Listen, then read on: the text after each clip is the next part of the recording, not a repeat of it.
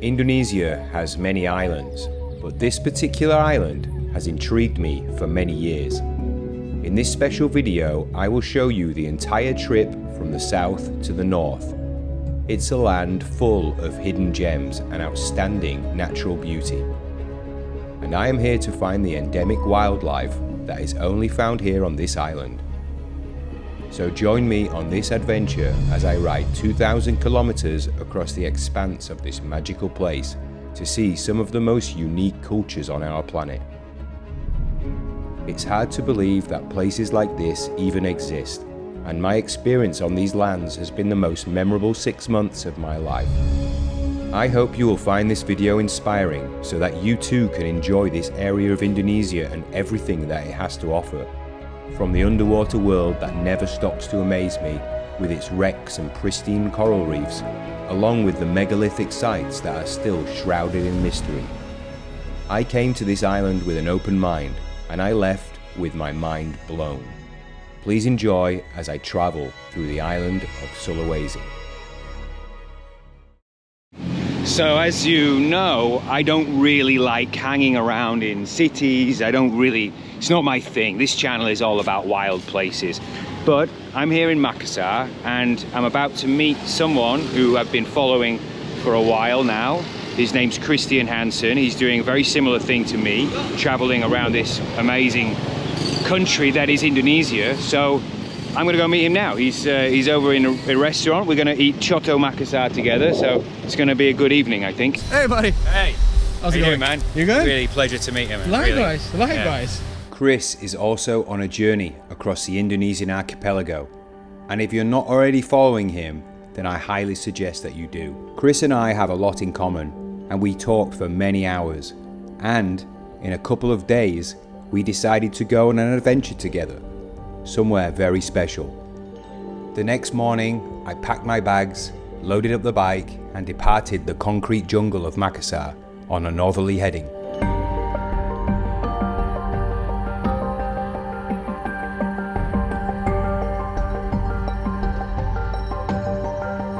Only a few kilometers from the airport is a remarkable place. Looming on the horizon like the walls of a fortress are karst limestone cliffs. This is Maros. This terrain stretches for miles and miles and miles, and it seems utterly impenetrable.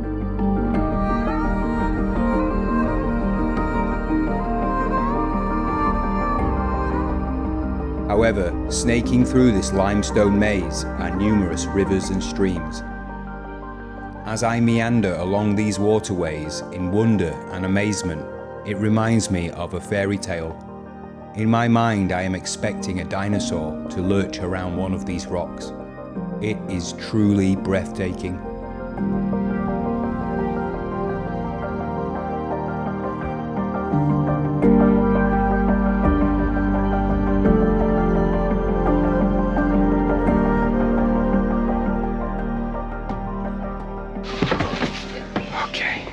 Due to all the limestone in all the cliffs, as you can see over there, this area has many caves.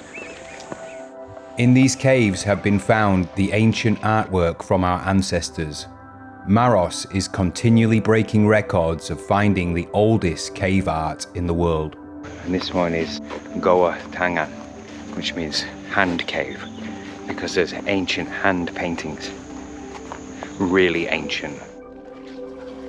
I don't think I can describe how beautiful and serene this place is. Hello.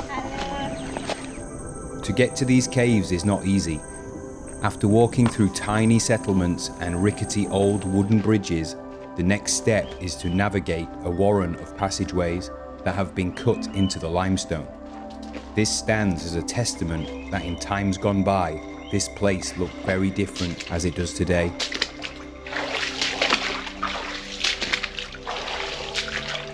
This was all cut by waves crashing against it. So this was once, where I'm standing now, was once under the sea. It's just a labyrinth. It really is.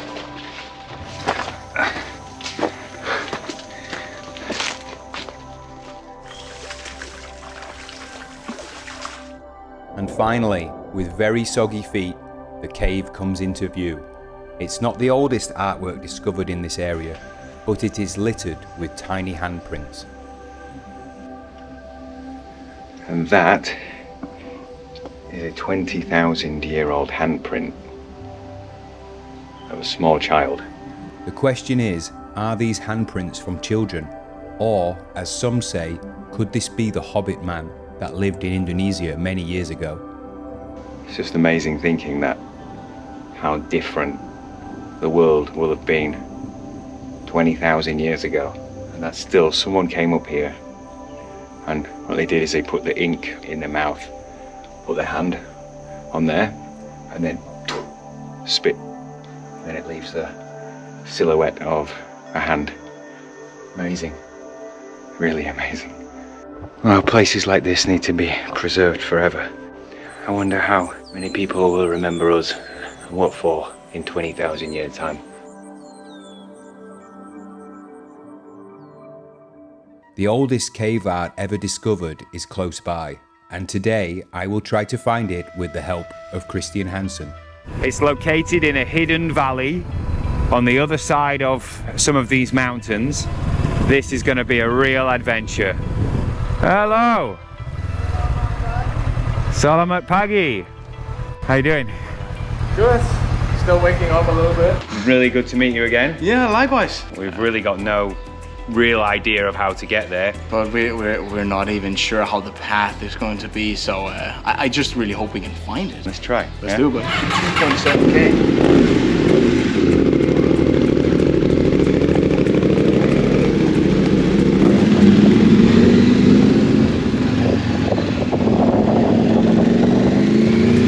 We ride a few kilometers east of Rammang Rammang through lush farmland which is curtained by these massive limestone cliffs.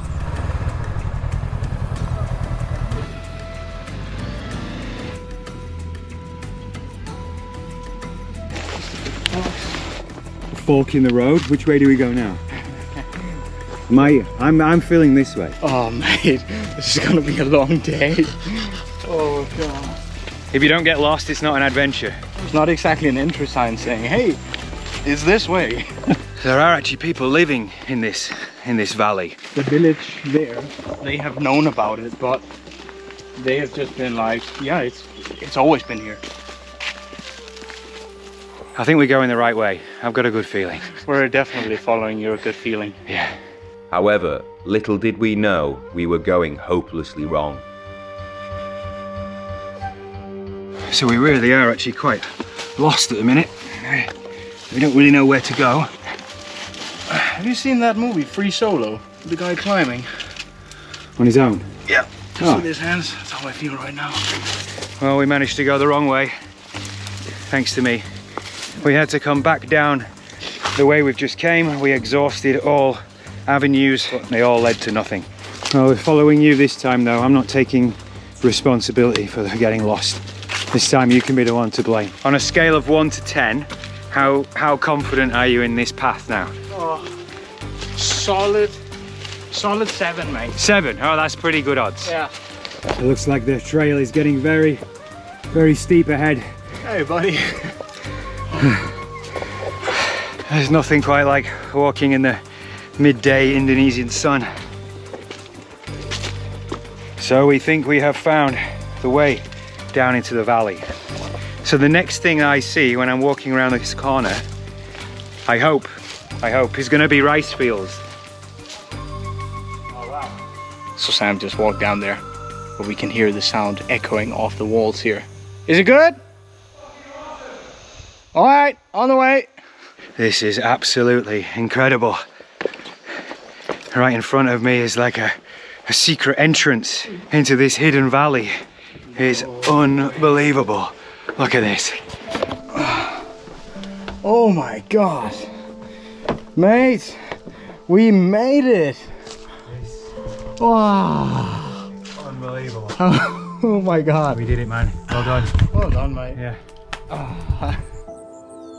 We made it to this remarkable place, a hidden valley in the vast limestone labyrinth of Maros.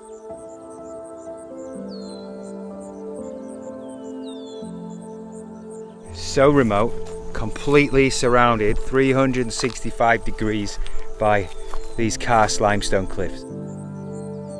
So in front of me lies not one of, but the oldest cave painting that's ever been discovered in the world, and it's right here in a cave in South Sulawesi.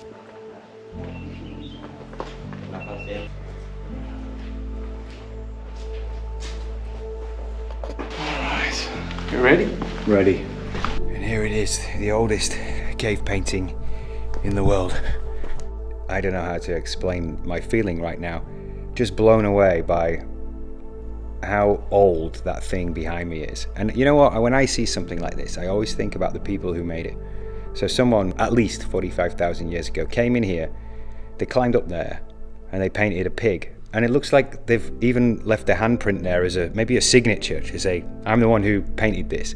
So these people, they were people just like us. We think ourselves right now to be sophisticated, but 45,000 years ago, someone was sophisticated enough to actually draw that pig behind me on the wall. This place has so many hidden gems that are waiting to be discovered. I just wonder what else there is left in this wonderful place on our planet that could be discovered.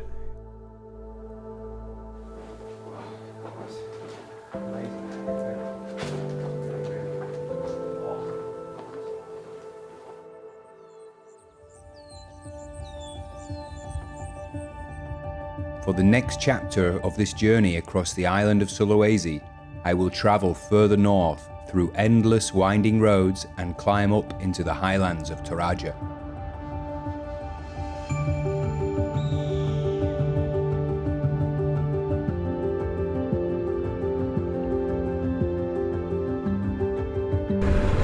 Alright, we're 2 hours away from Toraja. This road has to be one of the most beautiful, picturesque, windy roads I've ever been on. Welcome to Tanah Toraja. This region of Indonesia is probably one of the most unique places in the world. Not only does it have mind-blowing natural beauty such as Olon Valley and dramatic landscapes at every turn, but for most visitors to this area, its draw is the culture, and more specifically, the unusual view of death. For thousands of years, the people of Toraja were totally isolated up here in the highlands of South Sulawesi. And within this isolation, they developed rituals which are not found anywhere else on our planet. When the missionaries came in colonial times, they brought with them the Bible, and the people of Toraja converted to Christianity. However, they never let go of their ancient animistic beliefs and their treatment of the dead. It starts with the funeral. These lavish and extravagant events take many years for the family to save enough money to be able to build the temporary structures that house the guests and to buy the buffaloes which will all be sacrificed. As the coffin is lifted up into the house and the priest reads out the ancient sermons, it marks the first day of the funeral, which can last for several weeks. Depending on the social status of the deceased, the amount of buffaloes to be slaughtered can be immense. The horns and jaws are kept and displayed as trophies on the front of the houses, as a sign to show how much standing in the society this person had. And behind me are the jaws of over 200 buffalo, and these were all killed in one funeral. In Toraja, the buffalo is sacred, as it is believed to be the vehicle used to enter the afterlife. The more buffaloes slain, the more chance there is to enter Puya. Some of these buffaloes with the right colours, bigger horns and bluer eyes are costing far more than a brand new 4x4 car. This is a very rare spotty white buffalo, and these are killed only on the very high status funerals. And one of the reasons is because they cost 500 million rupiah, which is about $40,000. Can you believe that a cow, essentially a cow, can cost that much? Huge stones called rantes are erected in memory of the dead. And they are only erected for the very highest status people. And the higher rante, the higher the status the person. And all of these have been erected by manual labor, by hundreds of people pulling and pulling and pulling. And this practice still goes on today. In most places in the world, the dead are buried in the ground or cremated to ash, but not here. The coffins are placed in caves or hanging from the cliffs that surround the Toraja highlands. The higher and more difficult to place the coffin, the more noble this person was. And for the very highest status individuals, a lifelike carved statue is placed on the cliff. This practice has been going on for thousands of years, with the old rotten coffins crashing to the floor and littering the ground with nameless bones. Even the babies that have died have a special place in Toraja. In the forests you can find trees where the infant was placed in a carved hole, and slowly the wood consumed the body. The Toraja people believe is that the spirit of the child will still carry on in the tree. Just when you think you have seen it all, at a certain time of the year, in the outermost villages of Toraja, something even stranger occurs. So behind me is the ritual of Ma-nene. The mummified remains of the ancestors are exhumed from their caves, the coffins are opened, and the corpses are cleaned. But why do they do this? The family who still alive believe that the dead person will become to give us something lucky time, something blessed. So that why she said, oh yeah, please, we will come to rebound you. We have to make a new for your coffin.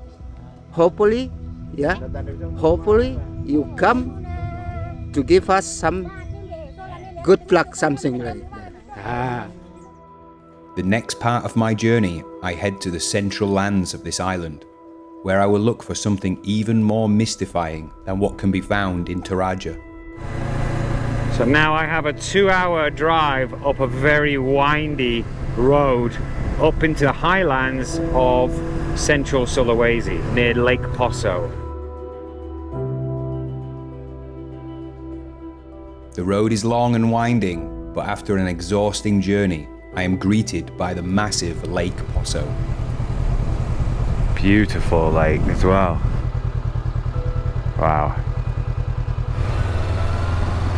And this is the quaint little town of Tentena. Lovely little place actually. Here you will find a beautiful waterfall, which makes for a very refreshing shower, but this is not why I'm here. So the place that I'm going right now, it is an incredibly remote place. If you can imagine a valley in the middle of the jungle, essentially. There's only one road in and one road out, and that's this road.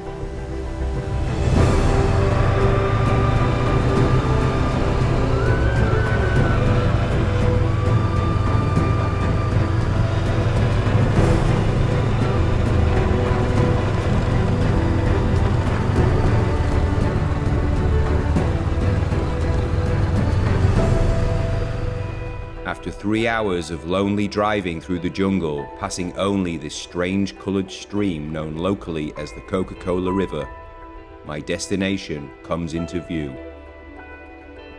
Oh, there it is. There's Bada Valley. Bada is one of 3 remote valleys in Lorilindu National Park, and it is a real adventure to get here. But what exactly have I come all this way to see?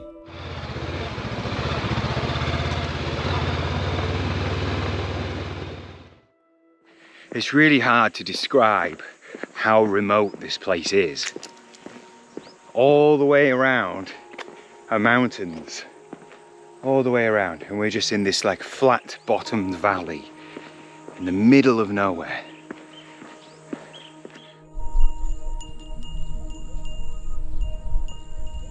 There are no tourists here and only a small few villages who farm the land, but it was once home to a long and forgotten culture, and that is why I'm here.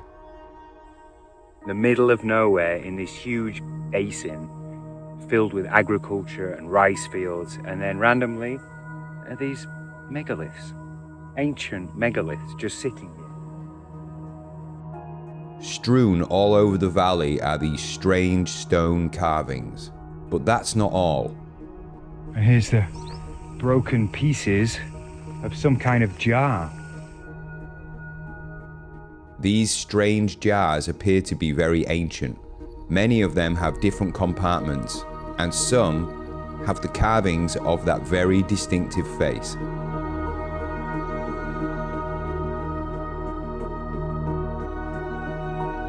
Laying around are many toppled statues in various condition, most of them cusping the male genitalia. But the largest of these statues in the area is Palindo, a huge 4.5 meter stone monolith that is unusually tilted over. And this particular megalith, no one really knows the culture that made it has long since been forgotten. And the funny thing is, no one really knows how old it is. People have said it's from the 1400s. Some people have said it's up to 5,000 years old. I don't know. It is a really mystical sight. A short distance away, I found a campsite next to another ancient stone called Logger. And somewhere, way over the mountains and the dense forest is my next destination, Besoa Valley. This is not going to be easy.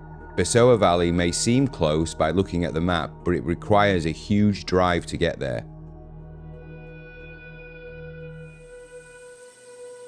The next morning I prepare for what is about to be one of the most difficult journeys on the entire trip. It is possible to walk to Besoa Valley from here, a 12-hour hike through the jungle according to the locals, and from what was about to unfold, I wish I had walked. That road, according to Google, doesn't exist, but it does exist. Unfortunately, in front of me is a huge thunderstorm, which I'm going to have to ride through. Wow, here we go. Whoa, that is a huge tree. Look at that. This is the hardest road I've ever driven on in my life. I mean that. I really, really mean it. And now I've got to drive down there. It doesn't look like the road's going to get any easier. Oh, shit. A big heavy bike like this as well. Fuck me. Fuck me.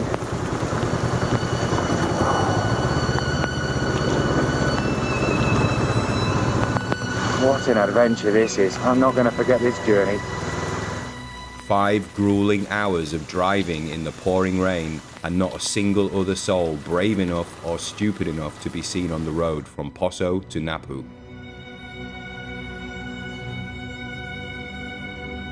But after arriving on the crest of Puncak Napu, as the storm cleared, it left a thick blanket of cloud on the hidden valley below. This moment made it all worth it for me.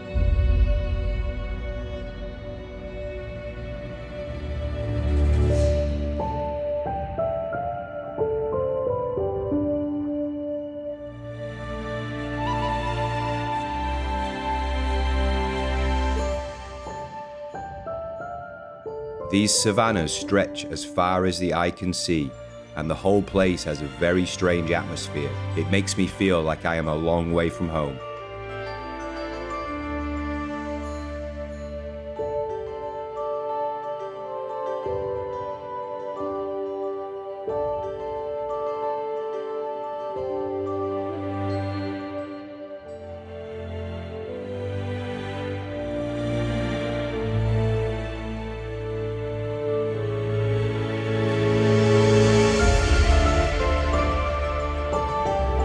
Scattered in the grassy savannas are these ancient relics, some looking more like bathtubs from our distant past than anything else. But I must push on. As the roads get thinner and more broken, I drive through the jungle once again to reach the epicenter of this ancient forgotten culture.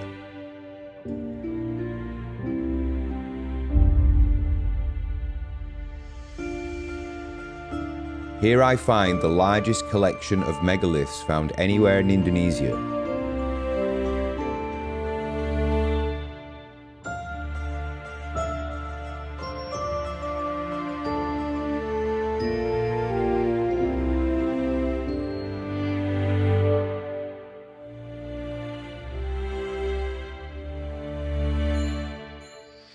It's just a bizarre place.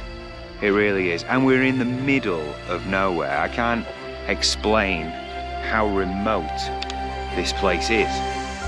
Totally surrounded by thick forest and the steep mountains of Lorilindu, Besoa Valley is equally as remote as its neighbouring Bada, which makes it even more puzzling. Why on earth did a culture settle here, then completely disappear? The people of this valley built even bigger and even more complex statues and jars with giant lids. These, almost like a monkey bent over but with a human face. Incredible. And this particular site has not been excavated.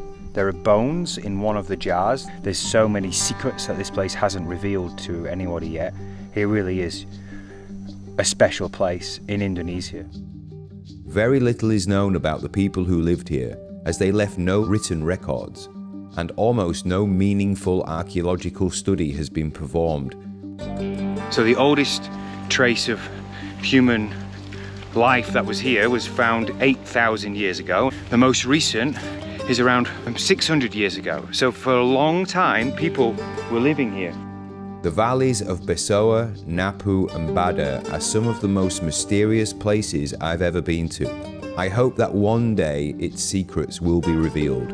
But until then, I continue my journey across the island of Sulawesi, my next stop being the Togean Islands.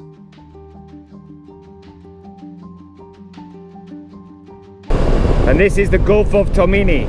Somewhere in there is the Togean Islands. It's going to be a great chapter as part of this Sulawesi experience.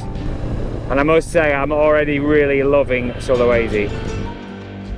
I snake my way around the coastal roads to reach Ampana, which is where the ferry leaves every week to get to the islands. I'm really excited because Sulawesi does have some really pristine paradise islands. The ferry leaves in about an hour and a half. I'm going to have some breakfast and I'll see you at the ferry.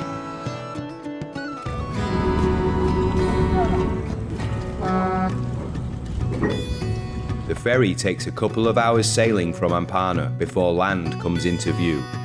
The boat has to navigate past dense jungles and untouched mangroves before snaking through a channel, and here you can see the Bajo villages.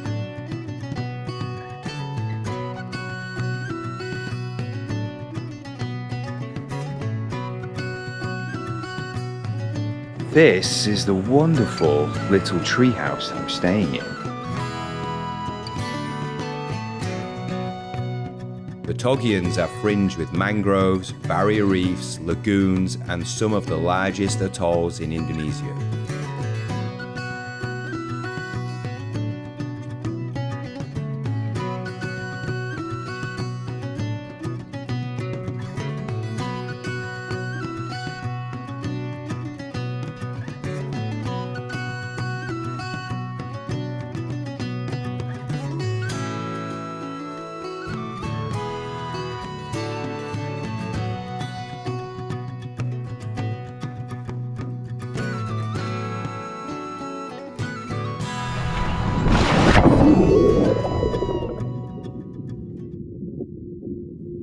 Some of the dive sites in the Togeans are very, very beautiful.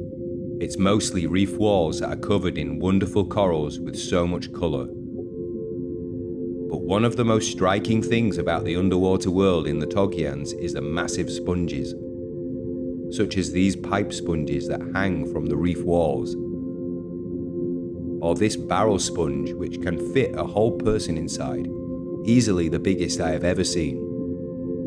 And for me, one of the highlights underwater is this plane wreckage, sitting in the murky waters around one of the islands. This American relic from the Second World War was crashed when its engines failed while it was hunting for Japanese warships in the year of 1945. All of the crew survived, but it is said that the spirit of the captain still haunts this ruin in the form of a batfish that seems to follow you around the aircraft.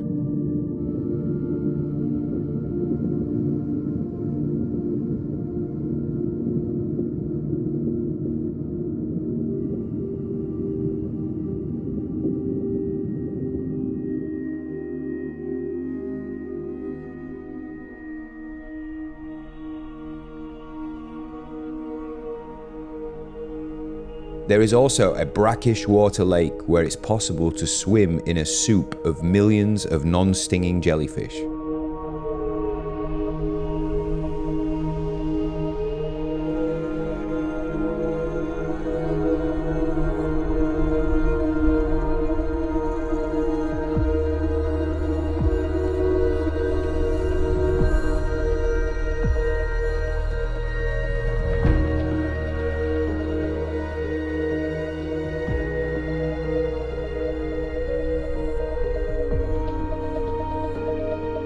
The best diving in the Gulf of Tonga lies far on the horizon, the volcanic island of Una Una.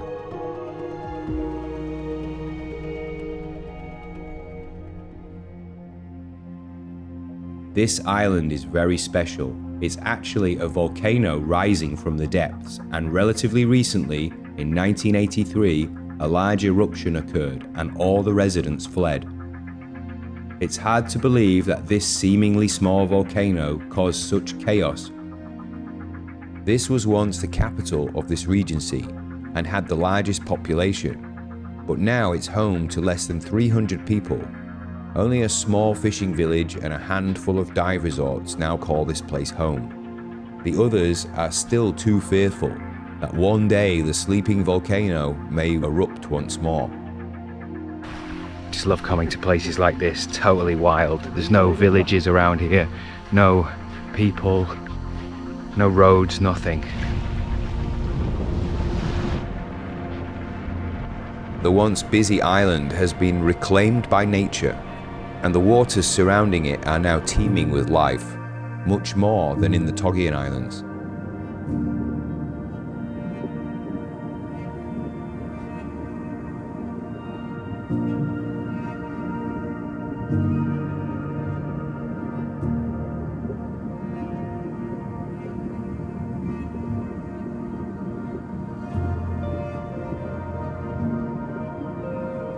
There is one particular dive site called the Black Forest, which sticks out in my mind because of its strange towering coral formations that spread as far as the eye can see. In an area which has been hit hard by dynamite fishermen, this is a very rare thing to see.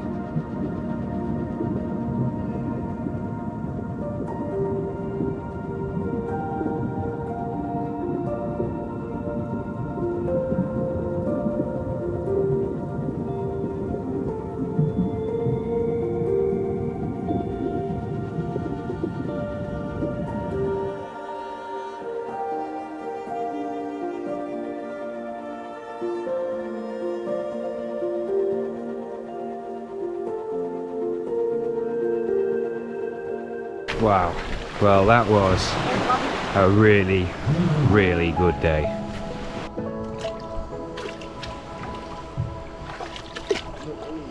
Well, the time has finally come for me to leave this little paradise island, and I'm going to go catch the ferry from Wakai, and then tomorrow morning I'll wake up in Gorontalo. Okay, Obi? Take care? Yeah. Been amazing here, really. And here's my boat. Oops. Bye-bye. Thank you. And it's on to somewhere new.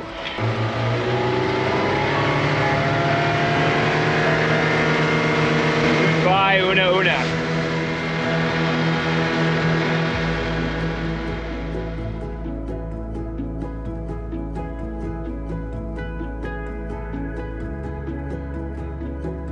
So this is the city of Gorontalo, It's really exciting actually. New place, new region. I have no idea what to expect here.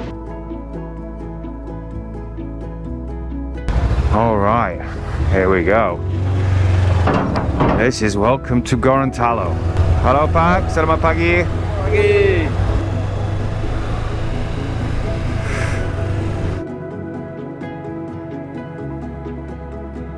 This is Benteng Ottenaha, and it was built in the 16th century.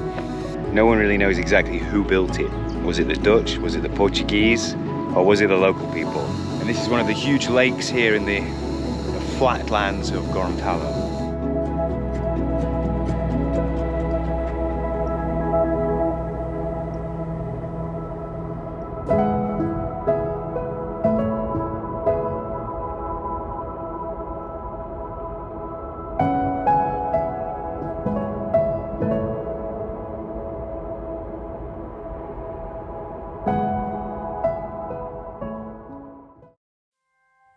But my quest to see the most unique thing about Gorontalo has a very tough journey ahead. Yeah, it shouldn't be easy. It's got to be hard if you're going to go somewhere like this.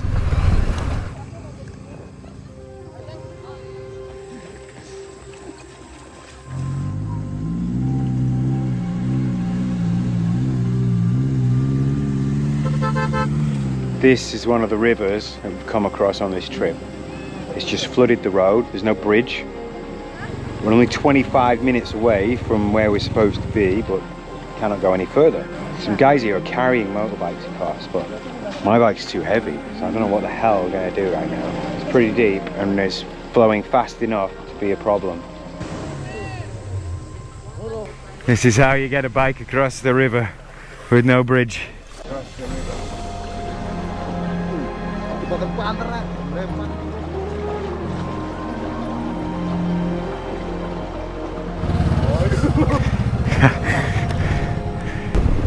It is really nice driving through these such small villages. So we're walking through the sweet corn fields now to get to the start of this forest. It's really a strange place to start a trek.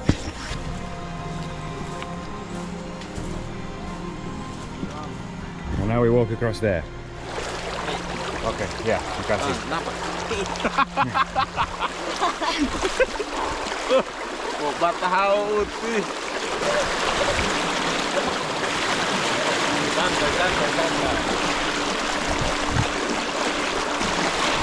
Yeah. That was really fast. I nearly fell over a few times. Welcome to Nantu. This is the ranger station in Nantu Forest.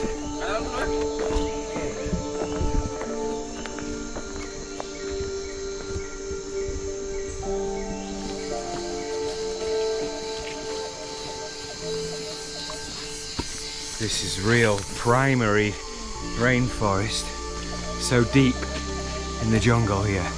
Amazing.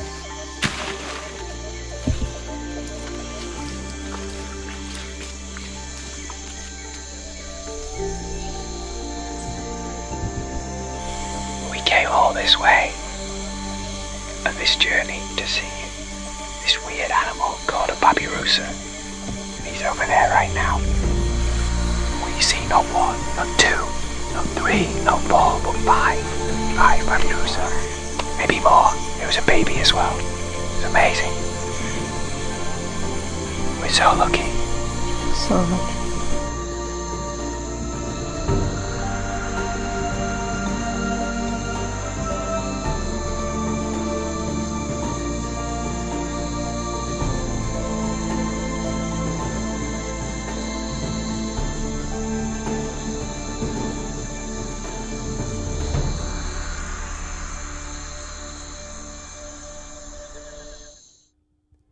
After making my way back to the coastline, I visit another special place in Gorontalo.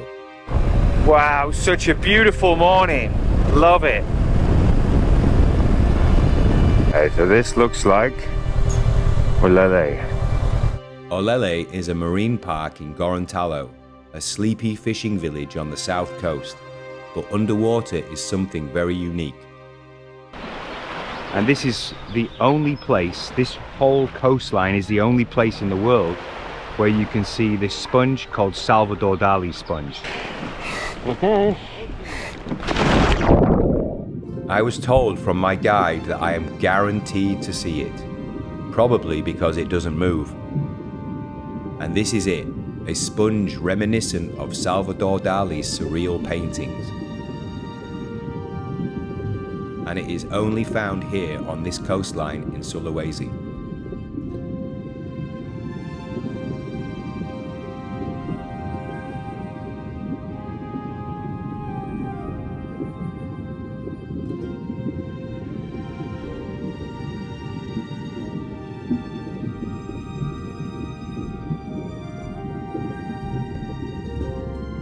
It is also home to another special creature, but this one is not guaranteed: the whale shark. These gentle giants are completely harmless to humans. They do not bite and are only eating small plankton, krill and shrimps. These are juvenile whale sharks, only a fraction of the size of their parents, which live in the open ocean. However, they are still absolutely massive, and it's incredible to be able to swim so freely with these amazing animals.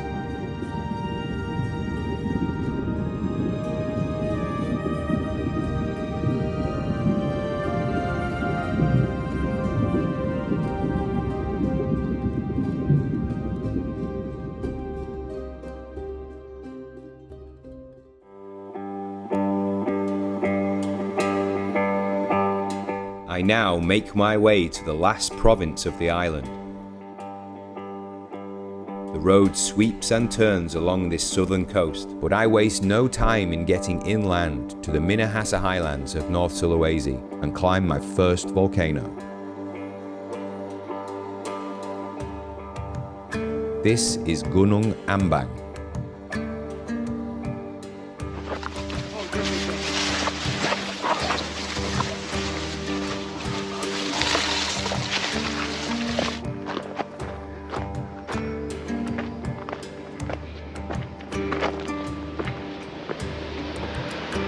Lovely bit of smell of sulphur in the air, and great way to start the day. The mountain overlooks the Modoinding Valley and the beautiful Lake Moat. The first volcano that I've climbed in Sulawesi. The first of many, I hope.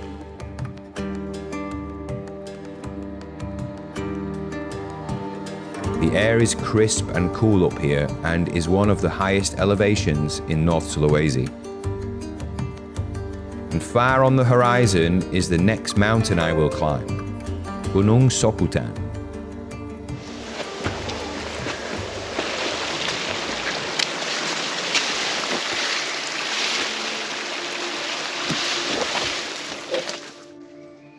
Can you hear that?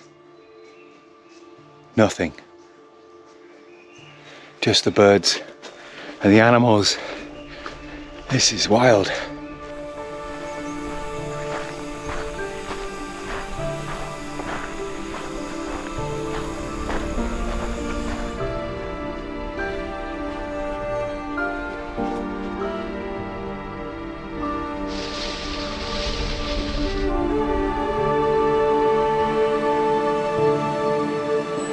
This is known as one of the finest hikes in Sulawesi, and on this clear day, it does not disappoint.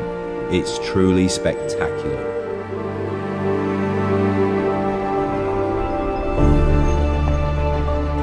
The huge and daunting cone of the Soputan volcano sits right on the edge of a massive 20 by 30 kilometer caldera that was formed from an ancient unknown eruption. In the middle of this vast volcanic crater is Lake Tondano, and all over the surrounding area are the scars of this cataclysmic past.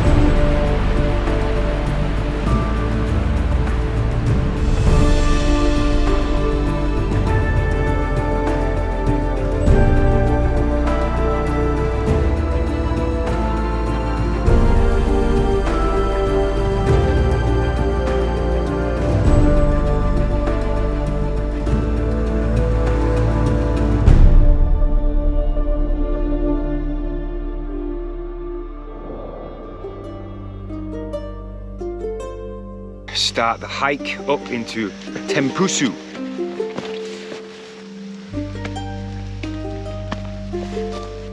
It's only a short and easy walk to the top of the hill, but at the top is something very special.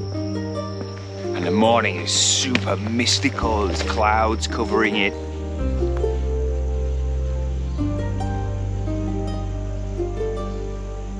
It's so natural up here, this is a wonderful place. Nature has just reclaimed the entire volcano. And the crater is filled with water, and all the trees are growing around it. There's insects and butterflies and birds everywhere. It's just amazing.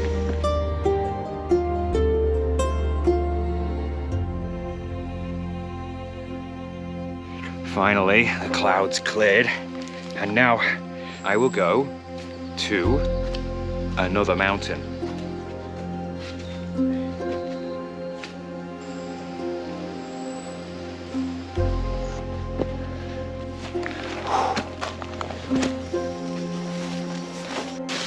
Wild trek through the elephant grass.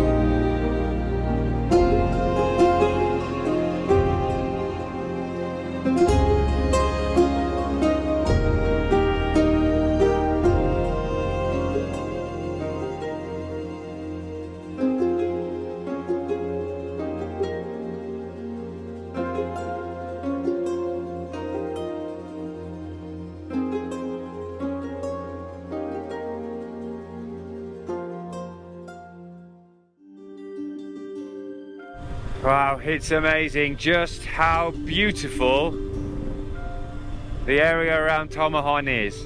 Amazing. Just stunning. I now leave the Minahasa highlands and head to the northern tip of Sulawesi.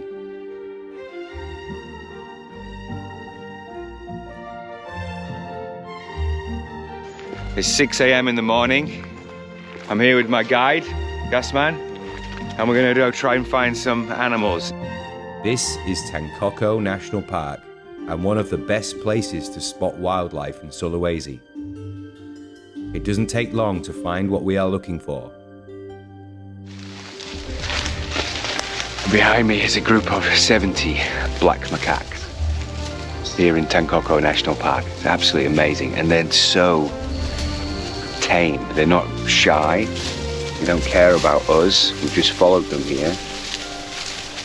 It's really amazing. In the tree behind me is a tiny little monkey, a tiny little primate called a tarsier. It can fit in the palm of your hand. And there's two of them and they're sleeping. Tentokko National Park is amazing. It's so easy to find the wildlife. You can just see so many in such a short walk. It's a really good national park. This is for wildlife.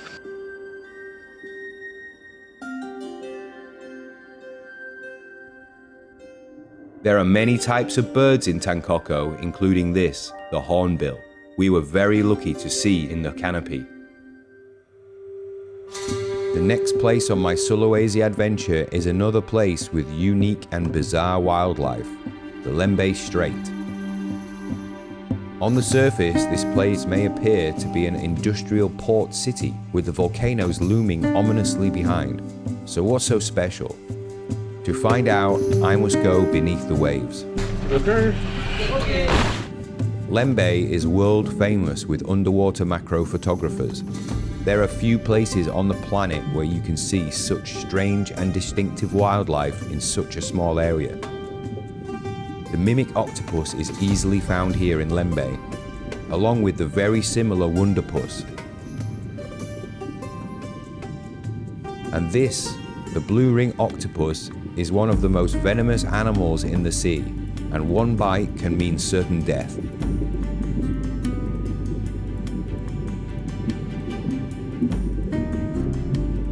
There are worms, shrimps, cuttlefish, crabs, and many other weird animals that are unique to this area.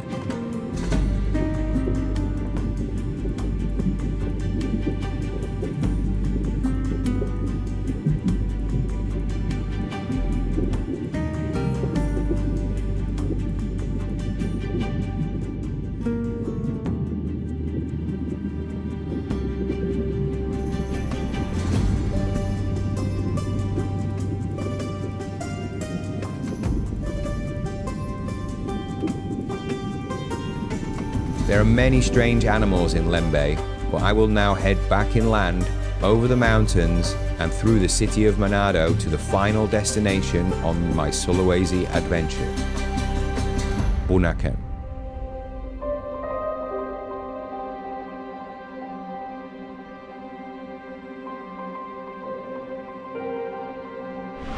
Alright, so I'm gonna go diving here in Bunaken. And this is the amazing view I have from the hotel.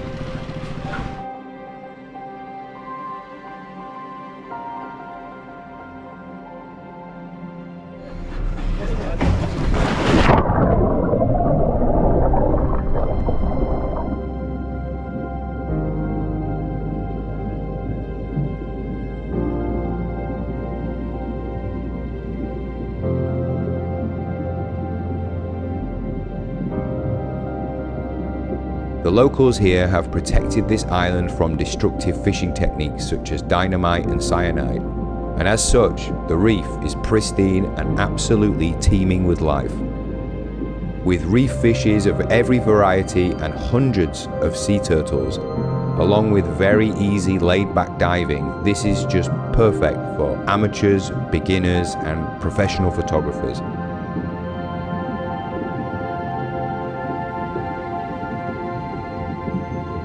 The biggest surprise for me was just how much macro life exists here.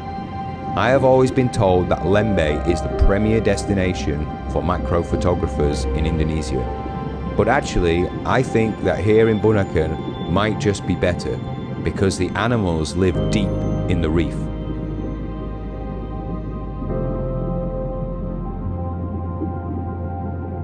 But in order to find these animals, you really need a good guide. And Yobel is the best guide I've ever been with in my diving career.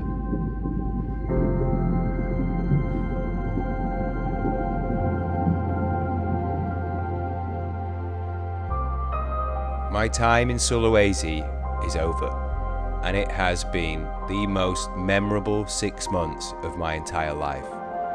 I'm so happy to be able to have experienced this amazing island in Indonesia.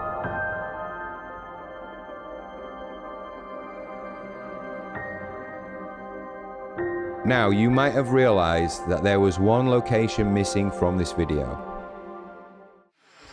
Bira. Next week, you can watch that video because I will introduce the next chapter of my Indonesian adventure, where I will sail in a wooden pinisi ship across the far east of Indonesia.